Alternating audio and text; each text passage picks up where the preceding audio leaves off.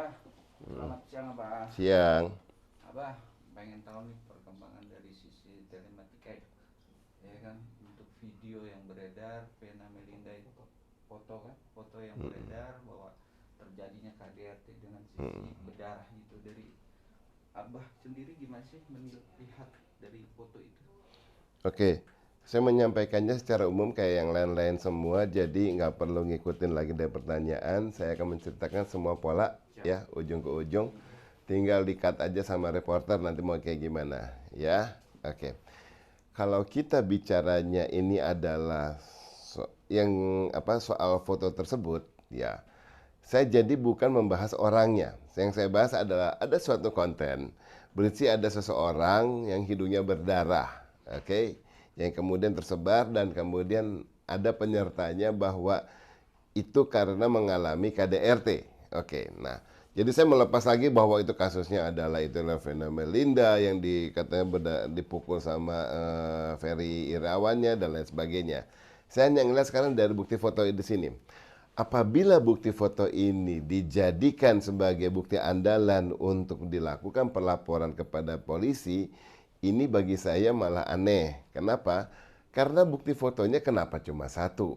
Ya, normalnya seseorang saat dia mengalami KDRT dan itu akan menjadi andalan, nggak mungkin hanya satu foto, tapi ada beberapa, ya, dari beberapa angle-nya dia akan fotoin gitu. Kenapa? Karena ini udah eranya sekarang gitu. Yang karena yang bersangkutan selfie. Beda halnya kalau sifatnya adalah di capture seseorang lagi jalan kemudian dia mengalami sesuatu, maka hanya bukti cuma satu wajar. Tapi saat ini dilakukan secara selfie pasti harusnya banyak buktinya. Kenapa hanya cuma satu? Itu udah suatu pertanyaan yang besar. Kemudian kalau kita lihat sekarang dari lukanya, itu saya mau bahas. Oke.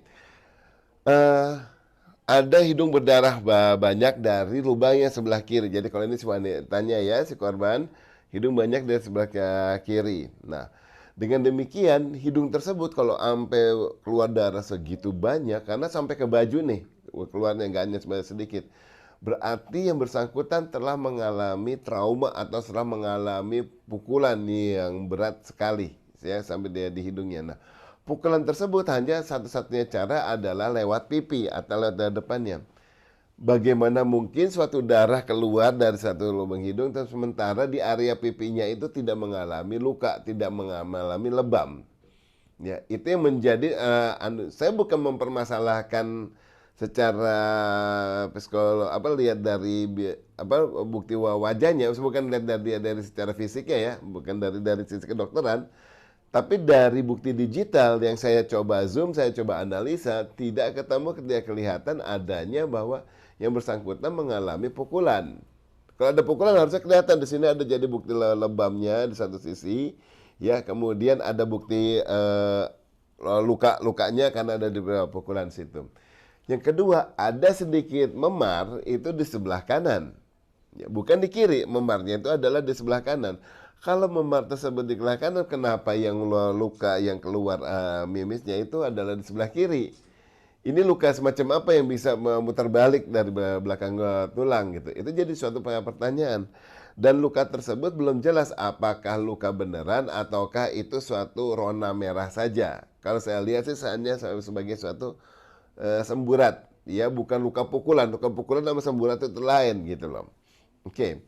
Setelah kita lihat keluarnya darah tersebut sampai ke bawah hidung, sampai ke samping. Nah, kita lihat di sebelah kanan itu ada darah yang sedikit hilang. Jadi yang di sini penuh merah, tapi sebelah kanannya tidak, ya. Nah, tidak adanya darah tersebut itu benar-benar nggak ada saja, bukan karena ada yang menyapu, ya, bukan disapu sama tisu atau tangan, ya. Kalau ada sapuan itu akan kelihatan, karena kita bicaranya darah, bukan hanya sekedar kecap atau apa gitu, ya. Nah, dengan demikian berarti ada yang jadi buktinya itu hanya sebelah kiri. Ini berkaitan dengan temuan saya yang berikutnya.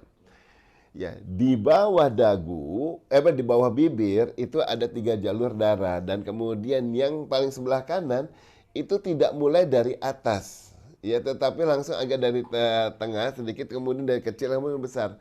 Darah jenis apa yang bisa dari keluarnya di sininya besar? lebar, kemudian dari di sininya hanya keluarnya kecil. Jadi di bawahnya itu lebar. Nggak mungkin di sini di atasnya harus lebar. Kalau di atasnya lebar, kenapa dari atas yang bibirnya di situ tidak ada darah? Jadi ini turunnya dari mana yang di sini? Silahkan aja diperiksa gitu loh. Ya ke atasnya di situ kosong. Kok bisa ada keluar darah yang lebar dari sini? Yang mungkin adalah data dari dalam sama-sama melebar keluar mungkin. Tetapi kalau dia berdiri sendiri, jalur ini jatuhnya dari mana? Jadi suatu pertanyaan. Oke. Lanjut adalah saat darahnya turun sampai ke dagu kemudian sampai ke bawah sini, ya. Nah, kita lihat, maafin nanti jadi bunyi nggak apa-apa deh. Di sini jadi di sekitar lehernya, bajunya di lehernya itu dia kan pakai yang full neck ya. Itu kelihatan ada bercak-bercak. Oke, ada cipratan darah. Ini darah bisa sampai ke ciprat di bawah leher itu dari mana? Logika mungkinnya itu nggak mungkin. Itu berarti hanya ada seseorang berantem, kemudian sana terluka, nyiprat ke sini maka akan tampil ke bawah leher. Tetapi saat ini hanya sampai kalau di bawah leher ini kemudian dia berupanya cipratan, hanya satu-satunya cara adalah jatuh dari atas. Kalau jatuh dari atas sifatnya dia akan turun. Nah kalau dia bilang terkena dari dagu, berarti ada kemungkinan dagunya sudah berdarah banyak di sini.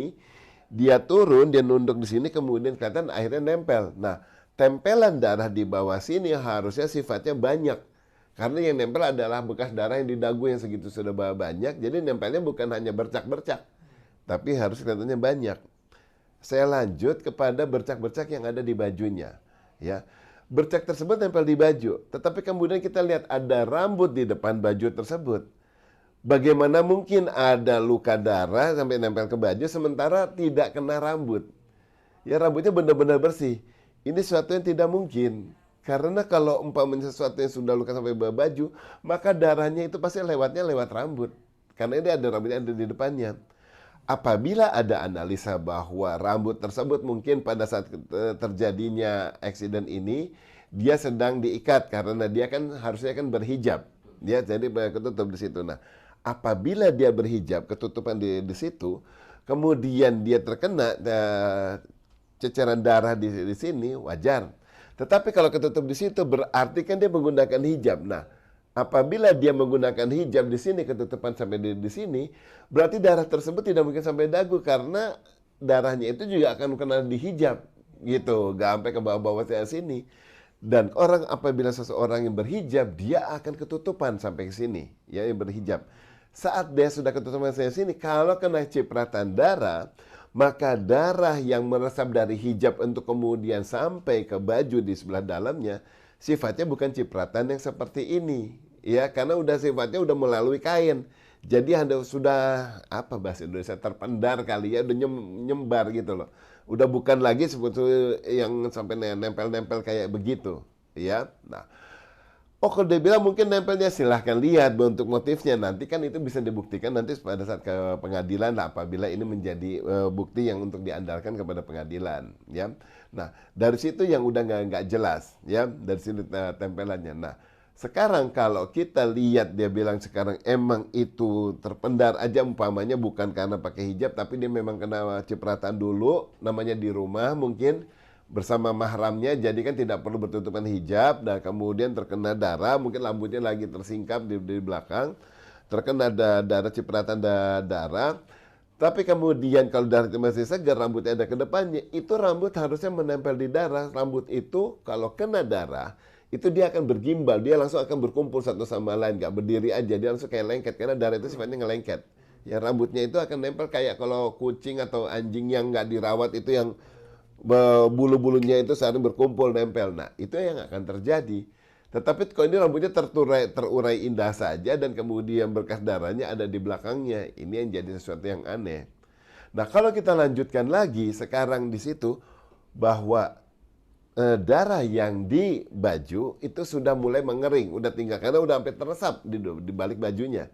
Aneh banget tidak bisa meresap di bawah baju berarti udah lama banget nih bekasnya. Berarti bekas-bekasnya namanya darah tetap akan memerah. Darah itu bukan kayak sirup ataupun apa yang hanya pas atau kayak Coca-Cola atau Sprite yang kalau kena baju yang hanya tinggalkan noda gitu ya. Enggak, darah itu tetap bercaknya tetap merah kalau di baju gitu. Dia sekarang bisa sudah mulai memudar yang di bajunya, sementara yang di mulutnya di situ masih banyak. Berarti ini lukanya itu darahnya ngocor terus. Waduh, kalau darah bisa sampai ngocor terus berarti luka dalamnya yang mengakibatkan darah ngocor ini itu gede. Nah, luka darah yang ngocor gede itu berarti lubangnya harus benar-benar hajarannya berat, nggak kayak sekarang ini kayak mimisan. Nah, kalau orang mimisan itu yang di situ mimisan yang cuma sebentar, mimisan kita nggak sampai sebanyak kayak gitu. Tapi untuk menghasilkan darah sebanyak itu emang harus dari pukulan keras dan atau enggak mimisan ya. Kalau dari hal lain kayak mungkin kebentur hanya bagian ini bisa nggak? Oke, saya gini. Jadi kalau saya melihat bahwa untuk yang sampai asal penyebabnya, saya bukan orang yang berhak untuk menjawab karena saya kan bukan orang medis, ya. Jadi orang medis yang kayak gini. Jadi kalau saya melihatnya adalah suatu faktor seseorang sampai mengalami luka di situ biasanya terjadi karena ada benturan yang keras.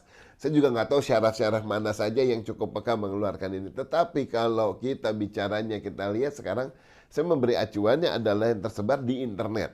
Oke, di internet di sini saya melihat bahwa kalau ada orang kecelakaan yang sampai hidungnya berdarah, kan saya mencari ya analisa di situ. Itu mukanya juga waduh lebam. Jadi kalau dia berdarah mukanya nggak cantik-cantik manis-manis aja, ya itu juga lebam karena itu sampai luka.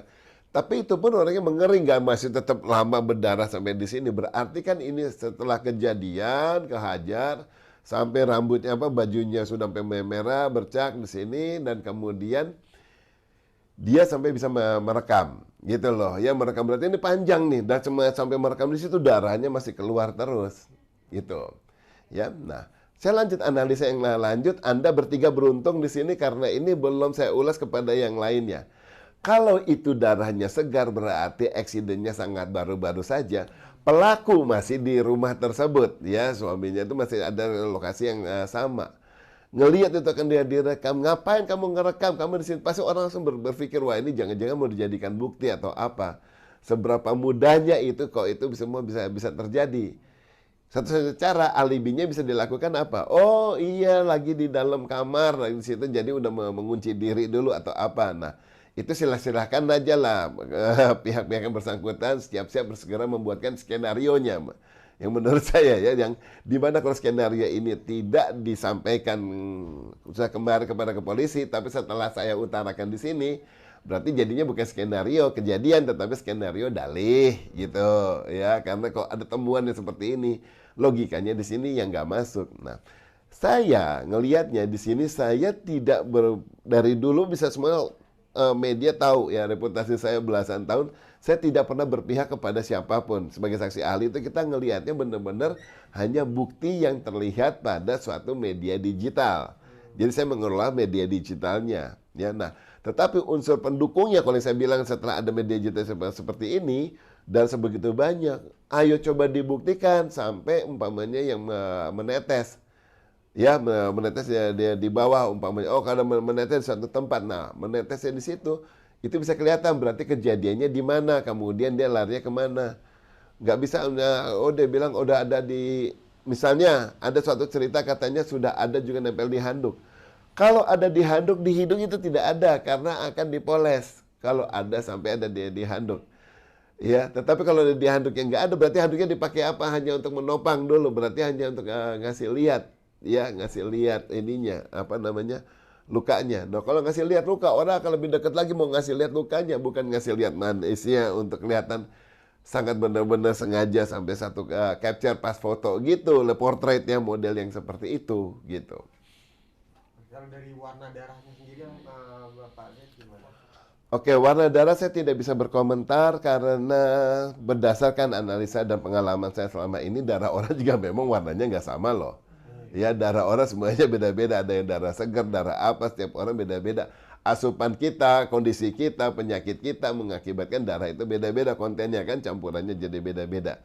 Saya tidak bisa menganalisa itu sebetulnya campuran darahnya atau bukan ya karena kita mesti ngelihat juga dari tadi sumber darahnya dan kemudian kejadian yang bersangkutan biasanya seperti apa ya.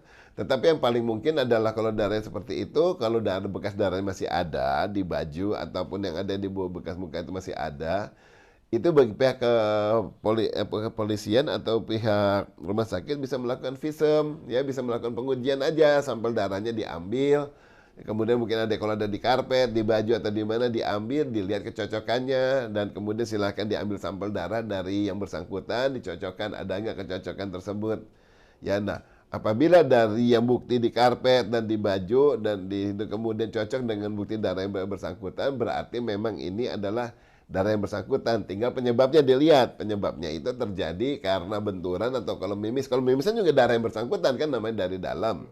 Ya, tetapi kalau umpamanya sekarang di situ diakibatkan dari pukulan, nah bagaimana sampai ada bisa darah ngocor begitu banyak? Pukulan jenis apa yang bisa tidak kelihatan di bekasnya mukanya, tetapi mengocorkan darah yang sedemikian banyak? Abah, terakhir kan dari Polres Jawa Timur menekankan bahwa itu hanya tekanan, menekan di dahu. Dari dahunya Ferry pun juga mengakui bahwa itu bukan pukulan, tapi menekan dengan dahu. Ya kan? Abah sendiri benar dengan tekanan dengan bau dengan darah sekental itu benar atau enggak sih? Itu kayaknya sudah ke medis, saya juga tidak bisa masuk logika. Kalau kita bicara logika sekarang bawah ditekan keluarnya di sini, ya itu yang akan yang aneh. Saya nggak bisa ngelihat dia di situ ada suatu logikanya ke sana. Tapi itu lebih baik ke dokter kalau yang di sana, ya karena kok mungkin darah ditekan dagu keluarnya di hidung. Kalau saya kan ngelihatnya bukti digitalnya gitu. Oke. Pertanyaan terakhir Pak yang saya Tadi udah terakhir nih, terakhir lagi. Ngomong terakhir lagi saya kasih piring. Nggak apa-apa, bercanda-bercanda. Banyak juga nggak apa-apa, silahkan. Nggak apa-apa, nggak apa-apa. tegas saja. Iya, iya. Untuk keaslian foto itu ada unsur editing nggak sih di foto itu? Oke, itu belum saya ulas. Bagus, maknanya bagus Karen. Jadi gini, dari bukti yang ada ya bahwa gambar tersebut tidak ada editan digital. Ya, tidak ada editing di digital. Tetapi lebih berkesan editing, jadi bukan rekayasa digital, tetapi ini rekayasa konten. Apa bedanya rekayasa digital dan rekayasa konten? Kalau rekayasa digital itu diinikan, diedit, di sini dikasih tambahan, imbuhkan apa segala. Ya secara digital darahnya dibikin lebih real, dibikin polesan-polesan, itu digital. Tapi kalau ini rekayasa konten itu semudahnya yang tidak ada jadi ada di sana, atau yang tidak terjadi jadi terjadi, yang harusnya terjadi jadinya tidak jadi, yang harusnya ada jadinya tidak ada. Ya rekayasa konten di situ. Dalam hal ini apa? Misalnya tadi itu cipratan ada di situ karena logikanya aja yang tadi saya bilang nggak ada hubungannya sama rambut, kok bisa tidak sama sekali berbekas di rambut, berarti yang di baju kayaknya itu sudah rekayasa konten. Ya kemudian setelah ini rambut udah di body udah sudah mengering, tetapi darahnya masih mengocor deras banyak, itu juga bisa dibilang rekayasa konten gitu ya. Nah kemudian tidak adanya luka di sini, tetapi kemudian darah bisa banyak, itu juga mungkin rekayasa konten. Terkecuali ada luka. Nah kalau lukanya dibilang sembuh dulu nggak mungkin. Sifatnya satu hari yang sama langsung katanya sudah ke rumah sakit kok. Ya jadi bekas luka aja jangankan berjam-jam, berhari-hari aja kita bukan lubang, malah kalau habis kena hari pertama masih lebamnya sedikit, pas hari berikutnya malah di muka jadi ungu, jadi apa? Jadi karena kan memarnya itu jadi melebar gitu. Abang kan Pinter nggak ngomong sekali gitu dong, nggak ngomong terakhir. kalau kan abang melihat perkembangan KDRT para artis atau masyarakat.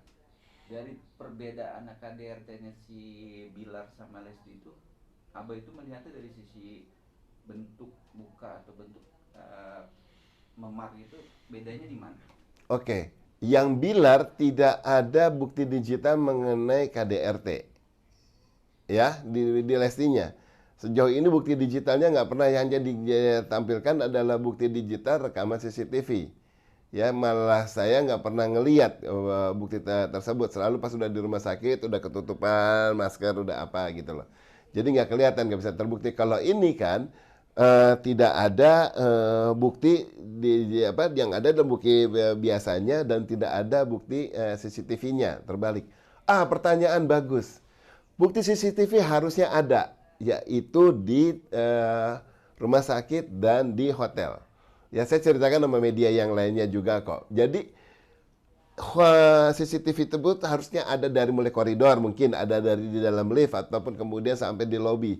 Sehingga kelihatan mungkin datangnya masih baik-baik saja, apa sudah mulai renggang, sudah mulai ada ribut-ribut kecil sehingga ditinggalkan, biasanya kan gitu ya.